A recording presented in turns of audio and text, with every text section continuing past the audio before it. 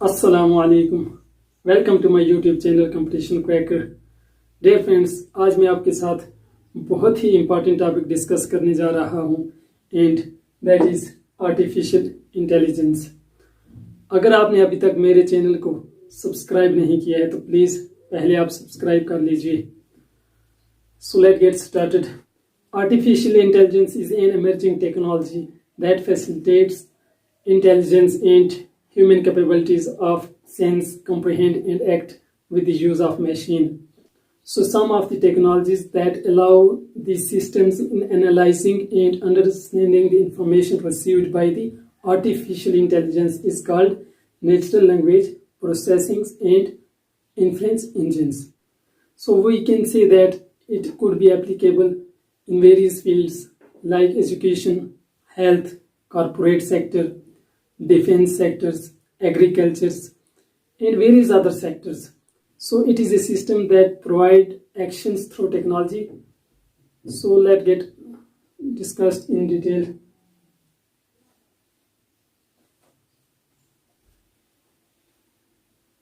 So let's get discuss in detail artificial intelligence.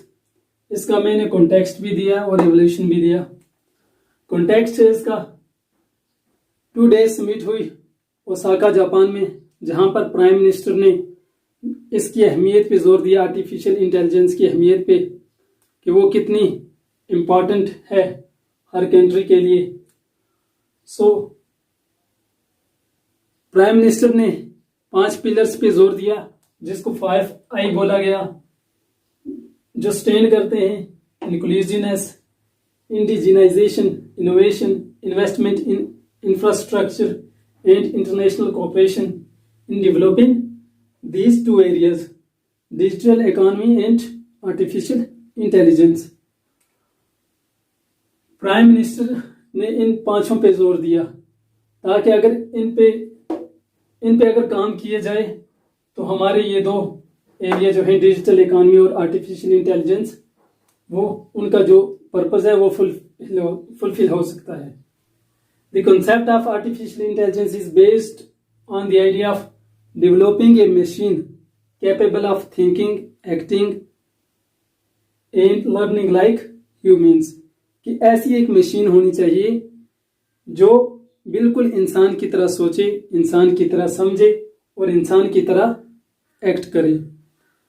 सो ऐसे बहुत सारी टेक्नोलॉजीज हैं जो इन सिस्टम्स को अलाउ करती हैं ताकि जो भी इंफॉर्मेशन आर्टिफिशियल इंटेलिजेंस ने रिसीव की उसको अच्छे से एनालाइज करें और अंडरस्टैंड करें।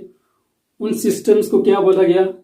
Natural processing language and inference engines. और as I discussed earlier that it could be applicable to various fields like education, health, defense, corporate sector, transportation, education, etc. There are various other fields. So we can say that it is a system that provide actions through technologies. Next इसका evolution है कि ये कैसे वजूद में आई। 1956 American एक computer scientist जिनका नाम जॉन मैककार्थी था, उन्होंने एक कॉन्फ्रेंस ऑर्गेनाइज की जिसको डार्टमाउथ कॉन्फ्रेंस बोला गया। डार्टमाउथ कॉन्फ्रेंस, जहां पर आर्टिफिशियल इंटेलिजेंस का वर्ड एडॉप्ट हुआ। Every aspect of science and specially when one starts looking at the empowering machines to behave and act like humans, the question of ethics arise. जब भी humans ने यह सोचा कि ऐसी एक मशीन बनाई जाए कि जो बिल्कुल इंसानों की तरह सोचे, इंसानों की तरह वो समझे और एक्ट करे, तो वहां पर एक क्वेश्चन निकल के आया, एथिक के क्वेश्चंस, कि इंसानों को ये डर था कि जैसे अगर ये आर्टिफिशियल इंटेलिजेंस डेवलप हो गई तो फिर प्राइवेसी को भी खतरा है ना, कि वैल्यूज और मैनर्स को भी खतरा है। तो ये क्वेश्चन निकल के आया, जिसकी वजह से लेट 70s और 80s में क्या हुआ कि गवर्नमेंट्स ने इस रिसर्च को फंडिंग देना बंद कर दिया। जबकि पहले जैसे ही 1956 में ये कॉन्फ्रेंस जो ऑर्गेनाइज की गई, उसके बाद गवर्नमेंट्स ने ज्यादा मनी जो है वो इन्वेस्ट किया इसकी रिसर्च पे। पर जब ये इथिक का क्वेश्चन राइज हुआ कि क्या ये हमारे लिए बेटर रहेगी, है ना, कि क्या ये इससे हमारी प्राइवेसी या हमारे वैल्यूज मैनर्स जो है ना, उनको कोई इफेक्ट नहीं पड़ेगा, तो फिर हर गवर्नमेंट ने जो है लेट 70s और 80s में जो है बंद कर दिया इसको फंडिंग करना। बट नाउ फिर से गवर्नमेंट्स ने ये सोचा कि ये आर्टिफिशियल इंटेलिजेंस टेक्नोलॉजी जो है ये बहुत ही अहम है, हमारे प्रेजेंट जो भी कंडीशंस हैं, जो भी सिचुएशंस हैं या जो भी नीड्स हैं, उनको लेकर बहुत ही इंपॉर्टेंट है। सो फिर से गवर्नमेंट्स ने इस पे इन्वेस्ट करना शुरू कर दिया। From Apple Siri to self driving cars, artificial is processing rapidly. Apple Siri जो है एक वर्चुअल असिस्टेंट है जो एप्पल के जो भी प्रोडक्ट्स हैं उनमें होता है, जो अगर आप कार ड्राइव कर रहे हैं या आप कहीं और बिजी हैं तो आप बिल्कुल वॉइस के जरिए आप कॉल भी लगा सकते हैं, मैसेज वगैरह भी सेंड कर सकते हैं। सो ये आपको असिस्ट करेगा हर काम में। टू सेल्फ ड्राइंग कार्स, जो भी आजकल ऐसी टेक्नोलॉजी निकली है कि आप कार्स जो है खुद चल रही है, और आर्टिफिशियल इंटेलिजेंस जो है ये कंटिन्यूस प्रोसेस कर रही है, ग्रोथ कर रही है।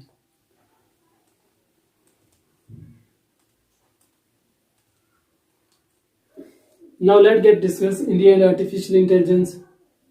As per Canada-based companies report, Global Artificial Intelligence Report 2019, India stood at the 9th position in terms of artificial intelligence specialists. US, China and UK top the list. Global artificial intelligence report के हिसाब से, जिसको Canada based company release करती है, उस हिसाब से India की रैंक जो है वो 9th रैंक है।